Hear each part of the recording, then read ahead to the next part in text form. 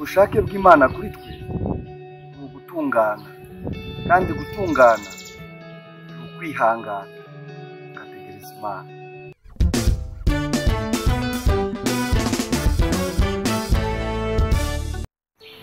Kuri mwe mwese abakurikiye Shamugari TV, ni mwene so Muvunyi ukora umurimo w'Imana mu ngando ya Kristo. Nishimiye kubasangiza uyu murongo w'umuhanuzi kugira ngo ushobore kutwubaka twese. Uwo murongo uboneka mu bibwiriza umuhanuzi yise isekuru rya Tuwatira, paragarafe yaho ya 224 wawubona muri kosheri uramutse ushatse.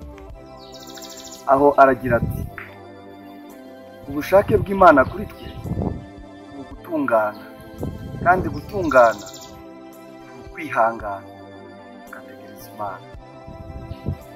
Kwihangana udahemuka cyane, kwihangana iyo udahemuka. Urugero nabaha ni Aburahamu.